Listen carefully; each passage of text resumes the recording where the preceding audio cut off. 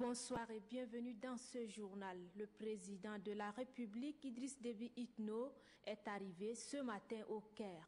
Dans la capitale égyptienne, le chef de l'État prendra part du 7 au 8 février au 12e sommet de l'Organisation de la coopération islamique. Aussi, les chefs d'État et les représentants des 55 pays membres de l'organisation discuteront du thème « Le monde islamique, de nouveaux défis et des opportunités croissantes ». Ils aborderont aussi d'autres sujets, notamment les voies susceptibles de renforcer la coopération économique et la concertation politique entre les pays membres de l'OCI, ainsi que les moyens à mettre en œuvre pour mieux lutter contre les actes attentatoires aux religions et symboles religieux. C'est à 15h10, heure maintenant, soit 16h en heure locale, que l'avion présidentiel a atterri sur le tarmac de l'aéroport international du Caire. Le président de la République, Idriss Déby Itno, a été accueilli au bas de la passerelle par son homologue égyptien Mohamed Morsi. Le chef de l'État a eu droit à tous les honneurs dus à son rang.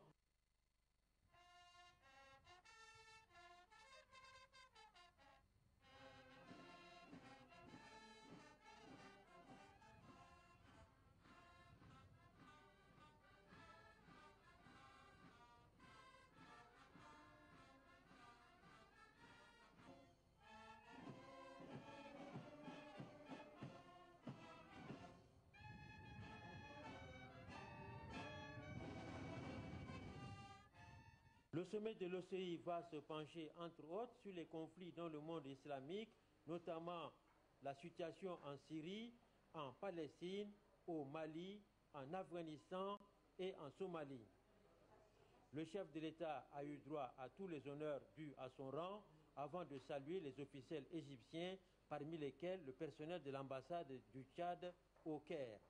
Une brève pause au salon d'honneur de l'aéroport a permis ensuite aux deux hommes d'État de raffermir davantage les liens exemplaires de coopération et d'amitié entre le Tchad et la République arabe d'Égypte. Le 12e sommet de l'Organisation de la coopération islamique, qui s'ouvre mercredi, a pour thème le monde musulman face aux nouveaux défis et aux opportunités de plus en plus croissantes.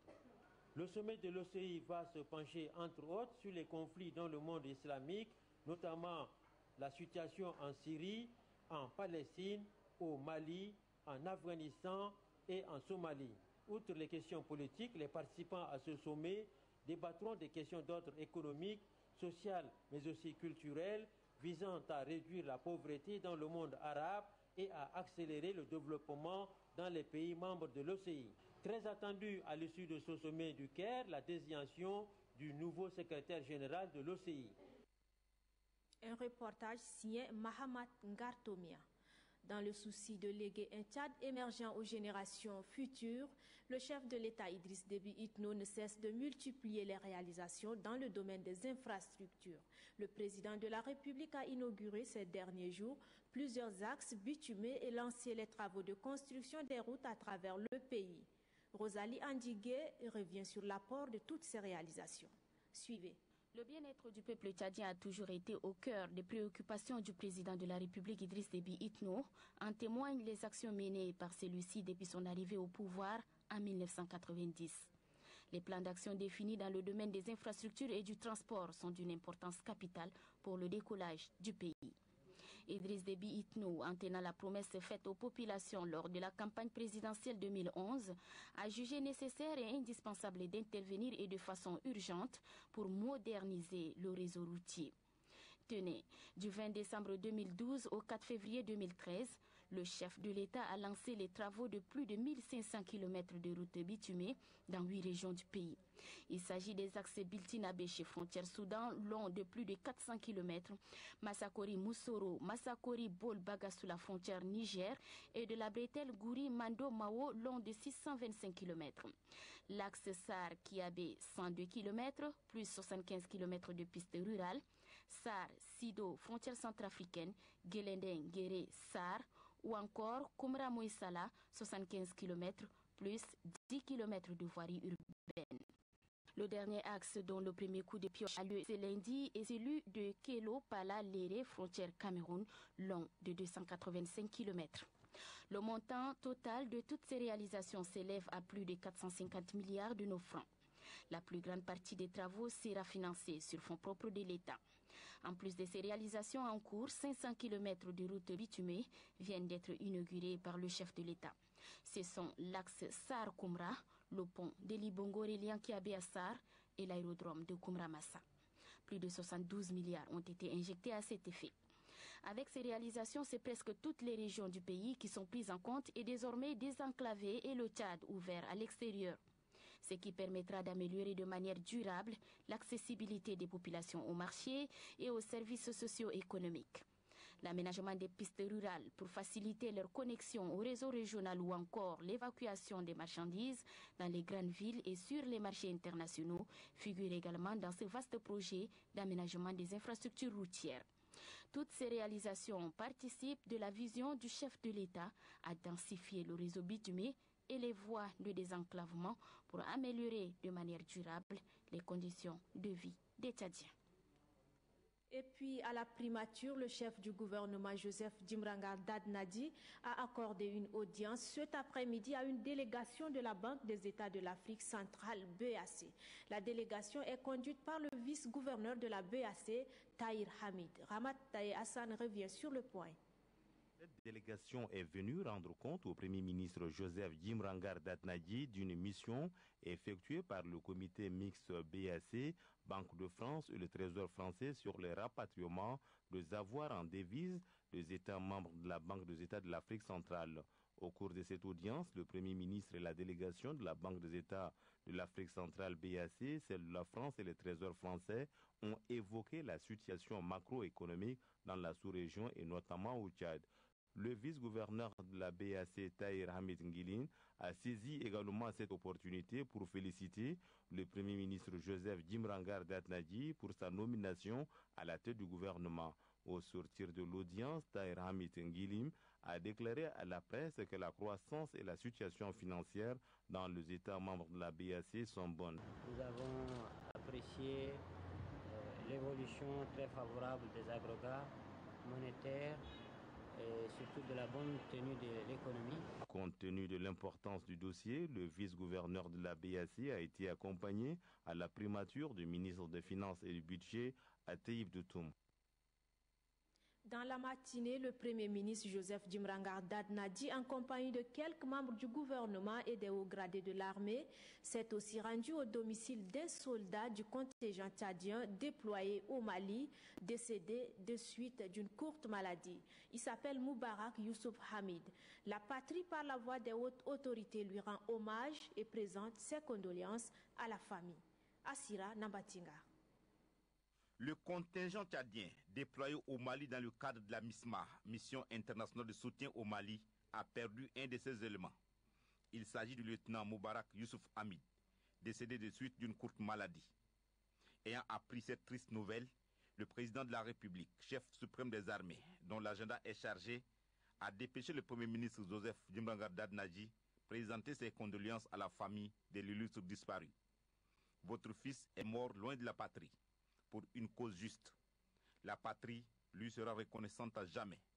Parole du Premier ministre Joseph Djimrangar Dadnadi, visiblement très ému. La famille du défunt, croyante, a reconnu que la mort est le destin commun de tous les êtres, même si, humainement, c'est une épreuve bien dure. En s'engageant dans l'armée, Feu Moubarak Youssouf Hamid a déjà mesuré le sacrifice suprême que cela exige. C'est exprimé un membre de la famille. Le Premier ministre Joseph Djimrangar Dadnadi, qui était accompagné du ministre délégué à la Défense, celui de la Sécurité publique et des hauts gradés de l'armée, ont joint leur voix à celle de la famille, priant Dieu le Tout-Puissant pour le repos de l'âme du regretté Moubarak Youssouf Hamid.